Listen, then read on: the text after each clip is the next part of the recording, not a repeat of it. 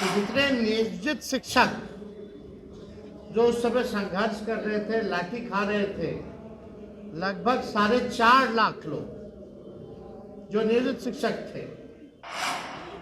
जो हम लोगों का कमिटमेंट था कि सरकार बनेगी तो हम इनको राजकीय कर्मी का दर्जा देने का काम करेंगे। तो आज हमारी सरकार ने उस काम को भी पूरा करने का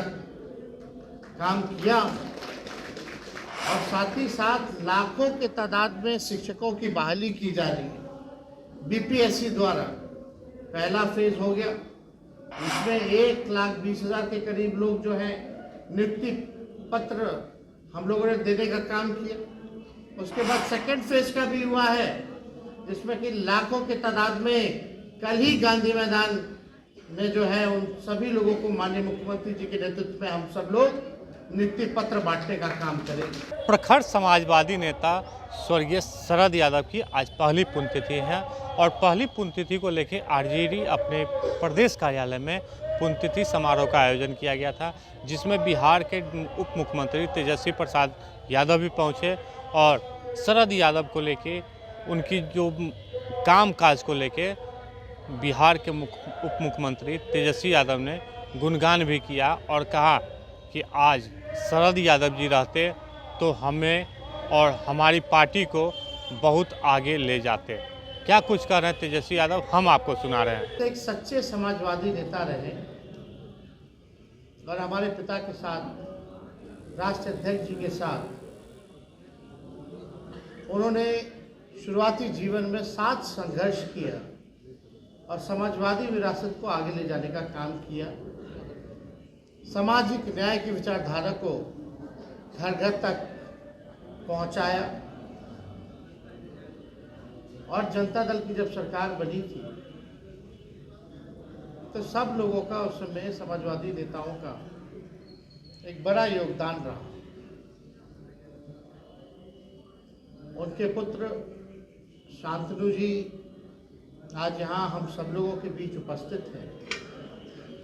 और आप सब लोगों को पता है कि 1 साल पहले ही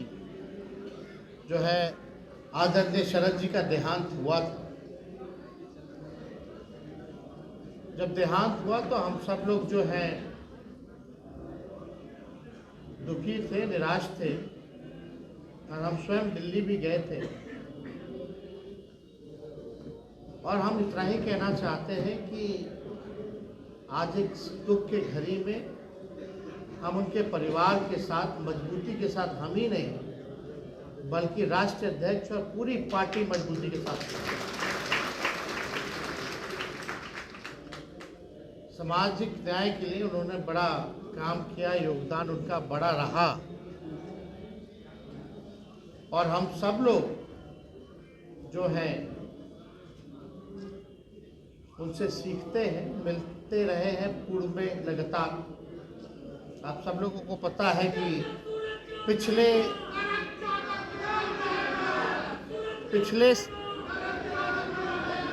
चुनाव के पहले, विधानसभा के पहले उन्होंने,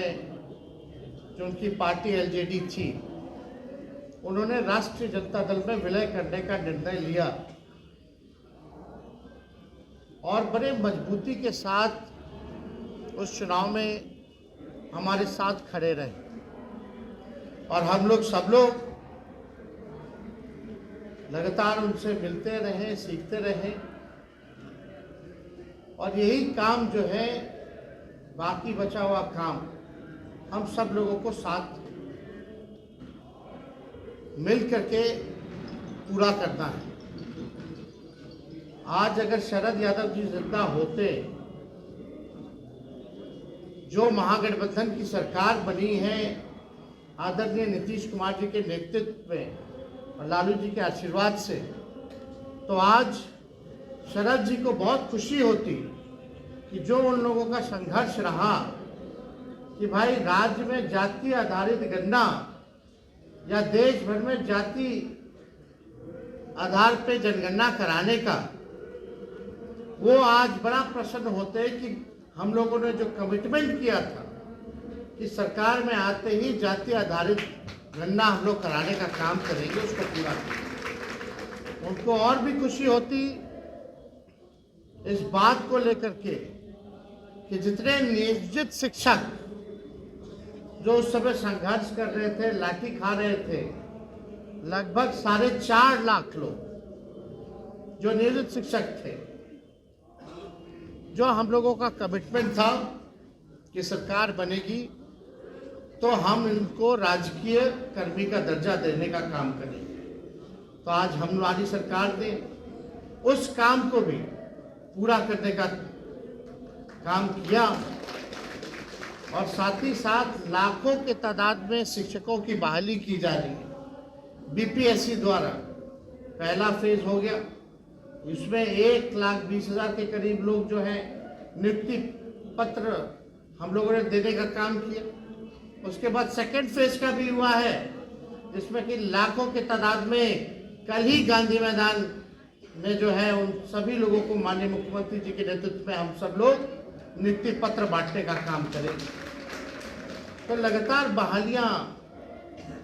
जो गरीब आंगनबाड़ी महिलाओं की जो समस्या थी, मानदेय की जो बात थी, उसको हम लोगों ने बढ़ाने का काम किया। टोला सेवक से लेकर के आपके तालमी मरकज के लोगों के जो वादे हम लोगों ने थे, उसको हम लोगों ने पूरा किया। मानदेय को दुगुना करने का काम किया और लगातार जो है इस दिशा में हम लोग काम कर रहे हैं। अब जाति आधारित गणना हुआ है तो जो आर्थिक स्थिति जो है सबकी पता है, हर जाति में गरीबी है, उसी हिसाब से हमारी सरकार भी योजना बना रही। जो भूमिहीन है उसको भूमि दिलाने का, जो पक्का मकान नहीं है उसको पक्का मकान बनाने के लिए राशि, आर्थिक मदद, और जो बेरोजगार जो युवा हैं जिसके परिवार में कोई नौकरी नहीं, उसको भी आर्थिक मदद हमारी सरकार, चाहे किसी जाति के हों, किसी धर्म के हों, उसको हम लोग देने का काम करेंगे। तो आपने सुना कि बिहार के उप मुख्यमंत्री तेजस्वी प्रसाद यादव ने शरद यादव की पहली पुण्यतिथि पे उन्होंने कहा कि शरद यादव का सपना था कि बिहार में जनगणना हो, जिसमें हर जाति के लोगों का आंकड़ा सामने आए, उससे आर्थिक और शैक्षणिक योग्यता भी सामने आएगी, जिससे बिहार के जो राजनेता हैं उनको काम करने में काफ़ी सहूलियत होगी। और जो यहाँ पर बिहार में जो सरकार है, जातीय जनगणना के बाद जिस तरीके से नौकरी का वादा जो किया गया था वो देने का काम कर रही है। और कल भी पटना के गांधी मैदान में 1 लाख से ज़्यादा शिक्षकों को नियुक्ति पत्र दिया जाएगा। लेकिन तेजस्वी यादव ने यह भी कहा कि हम लोग जुमलेबाज नहीं हैं,